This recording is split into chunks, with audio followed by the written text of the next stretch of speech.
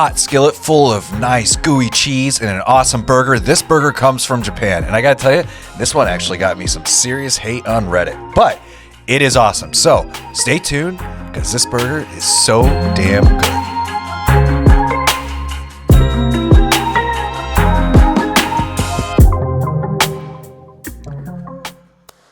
All right, so for today, yes, I am making a trendy recipe, something I don't really like to do much, but this one we have to do. This is a Japanese burger, and I gotta say, Japan just completely revolutionized the cheeseburger, in my opinion. So we're gonna be making that today, and yeah, I got a new hat. Yep, this is a new hat, really cool hat, I like it a lot. It is from Papa Meat's channel. Definitely check him out. He's got an awesome channel. Not sure if I'll wear it all the time because I don't want to get grease on it, so we'll have to get another ball cap.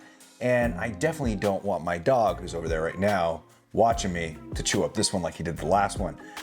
But without further ado, people, let's make this shit. Stay tuned.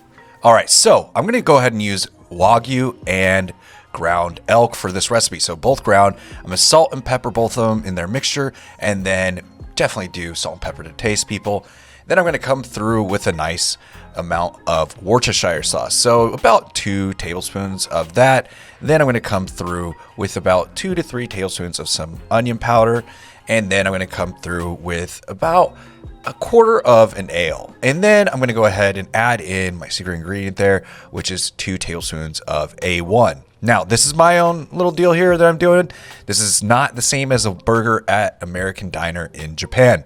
But into a nice container here, I'm gonna go ahead and start packing these to create a nice mold. This is a nice way to get nice round patties.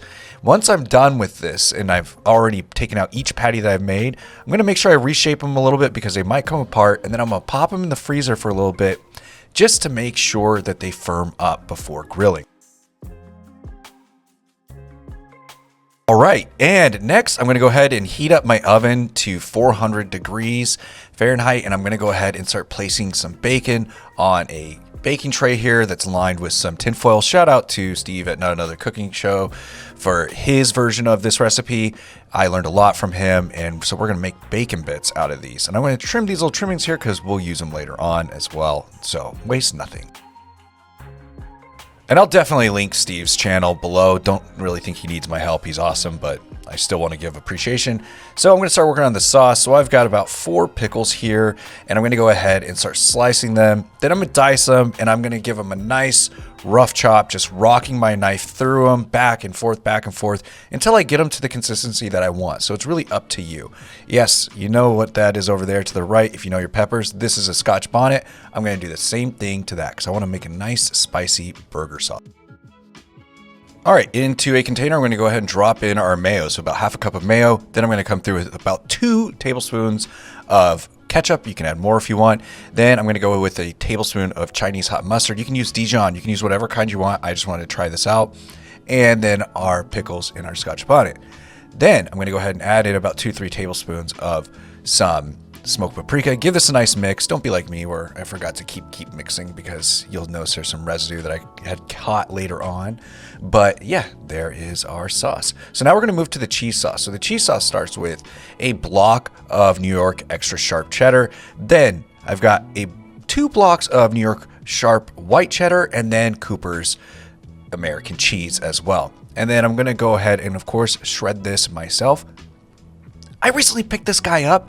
It is awesome. I used to sit there and just shred cheese forever with just a normal grater, but this one is so cool and so fast. And it saves your hands. I mean, gosh. Anyways, okay, so moving on. We're going to go ahead and into a double boiler, we're going to go ahead and add in about 2 to 3 tablespoons of some butter. Then we're going to go ahead and let that melt down and add in the same part for some flour. So you want to make sure it gets to a nice sandy texture, okay? When you're making this roux, you want it very sandy like that, looks like there. Then I'm going to come through and add in some beer. So that ale that I had earlier, I'm just going to add in a little bit here as I go, and then just slowly incorporate it. Now this is at about a medium heat, but I'm going to be reducing it before I ever add any milk. You don't want it hot when you're adding the milk. Just lukewarm, warm is fine. So keep working it through, getting it to the consistency that I want before I start adding milk and cheese. And then this is kind of a thing I like to play by ear. I don't like to just go straight for measurements. I like to play it by ear. Then I'm going to go ahead and start slowly adding in my milk because we don't want it to curdle, right?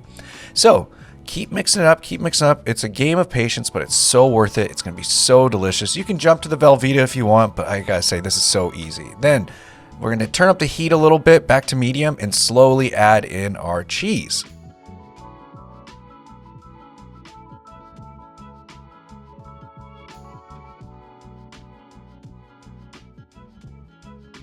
And as you can see here, I'm dropping in slices of the Cooper's cheese. So I want to say maybe about max 6 ounces total. I love cheese, and I want to make extra so I can make some nachos whenever I want it. So go ahead and drop that in there, and we're just going to keep mixing, and we want no clumps. All right, now that our cheese sauce is perfect, no clumps there, we're gonna go ahead and move on to the burger. So I'm using beef tallow here, a nice healthy glob of that, right onto my flat iron. You can use whatever cooking vessel you want to sear your burgers up or grill them on. Go for it, people, feel empowered. And just gonna get this nice and oily, fatty, and start dropping in my burgers. Yes, I did salt and pepper both sides.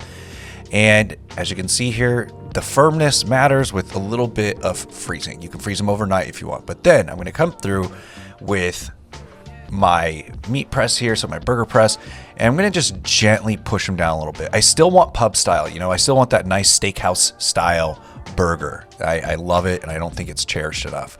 Then I'm going to go ahead and give these a nice flippity flip here, as the OG Arnie Tex would say, and I'm going to go ahead and drop in some more Cooper's cheese. So this American cheese is definitely worth the money, but go with whatever you want to.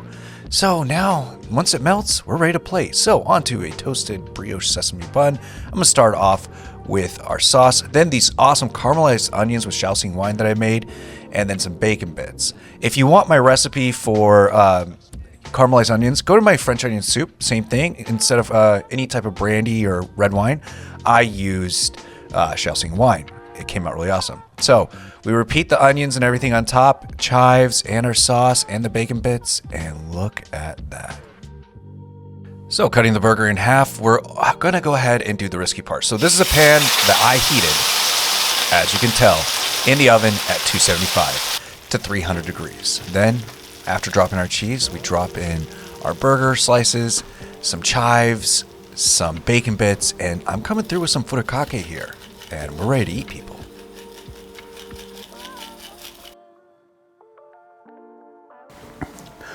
All right, and we are all done. So I'm gonna say this right now. I need to get a napkin real quick. And this looks amazing. That's what I'm gonna say right now. So let's go ahead and take a bite.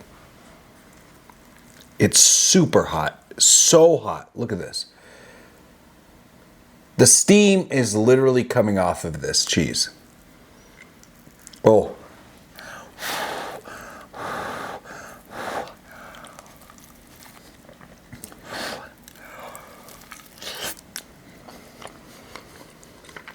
Wow. If there was ever a cheeseburger, this is it. This is a cheeseburger. This is insane. And the furikake, honestly, takes it to another level. You don't have to have it, but it gives it that umami feel that you really want. It is solid. Oh, wow. I'm amazed. Between the caramelized onions, the cheese sauce, the Wagyu and elk meat in there, the furikake, this blends so well. And I'm gonna try some of the fries too for you.